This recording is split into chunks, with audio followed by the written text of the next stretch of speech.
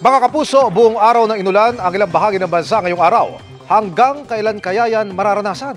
Alamin natin kay Amor La Rosa ng GMA Integrated News Weather Center. Amor!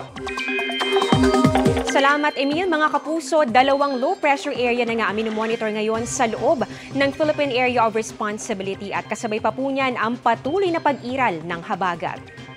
Ang una pong low pressure area na buo po yan kagabi at huling namataan kanina sa layong 1,220 kilometers silangan po ng southeastern Luzon. So medyo malayo po yan dito sa ating bansa. Pero nabuo naman kaninang hapon ng isa pang LPA na nasa 405 kilometers silangan po ng Calayan, Cagayan. So ito po yung medyo malapit kaya po nakakaapekto na po yung trafo extension po nito dito sa bahagi po ng Cagayan Valley.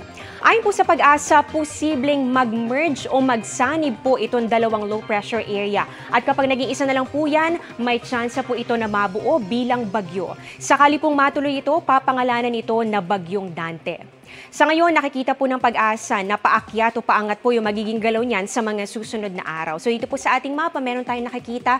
Ito po yung dating Bagyong Krising na may international name na WIFA. At ito naman po posibleng sama ng panahon na rin sa mga susunod na araw pa naman at masyado po yung malayo sa PAR. So ngayon, focus po natin ito pong possible na Bagyong Dante na hindi naman po inaasahang tatama dito sa Pilipinas at posible pong tumbukin. Ito po nga bahagi po malapit sa Taiwan. Pwede pang magkaroon ng mga pagbabago sa mga susunod na oras o araw, kaya tutok lang po kayo sa updates. Sa ngayon, dahil po sa dalawang low pressure area, tuloy-tuloy rin po yung pag-iral ng hanging habagat. At yan din po yung dahilan kung bakit po nakakaranas pa rin po tayo ng maulang panahon. So dahil po nandito sa eastern portion po yung dalawang sama ng panahon, tila dito rin po medyo sumusunod no, ito pong habagat. Kaya talaga pong ramdam na ramdam natin yung pagdaan at yung epekto po ng habagat dito po yan sa ating bansa. Pero bakit nga ba ganito na lang kung magpaulan itong habagat? Kahit wala namang bagyo ay sobra po yung hangin at pati na yung mga pag-ulan. Warm and moist po yung katangian nito pong hanging habagat. At kapag po mainit at marami pong moisture sa hangin, maraming ulap din po ang pwedeng mabuo. Kaya mataas din po ang tsansa ng mga pag-ulan. At inaasahan po natin ito po yung mga kaulapan na dala po ng habagat. At yan po, posible po yung magpaulan sa ilang bahagi ng bansa.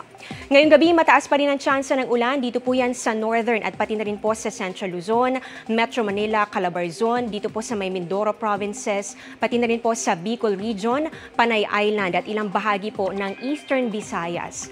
Mga kapuso, yung ulang dala po ng habagat, ang katangian po niyan o pattern, pwede pong halos tuloy-tuloy pero pwede rin naman na may mga break o pabugso-bugso.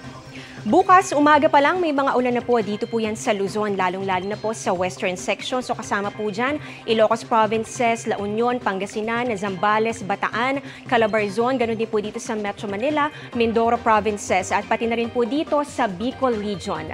Simula naman po tanghali at hapon, halos buong Luzon na po ang uulanin. Ito po yan at meron pa rin mga malalakas sa buhos ng ulan na posibleng magpabaha o di kaya naman magdulot po ng landslide. Ang Metro Manila, maaga pa lang ay posible na pong makaranas ng mga pag-ulan. Mauulit po yan sa hapon at malawakan na po yung mga pag-ulang mararanasan natin. Pwede pong magtuloy-tuloy po yan hanggang sa gabi kaya patuloy pong mag-monitor sa rainfall advisories ng Pag-asa.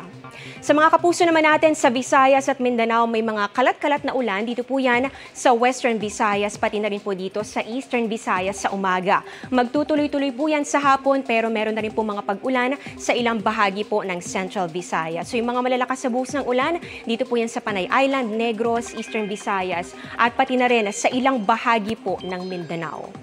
Ang maulap at maulang panahon, posible pong magtagal pa o magpatuloy sa halos buong linggong ito. Kaya ingat mga kapuso.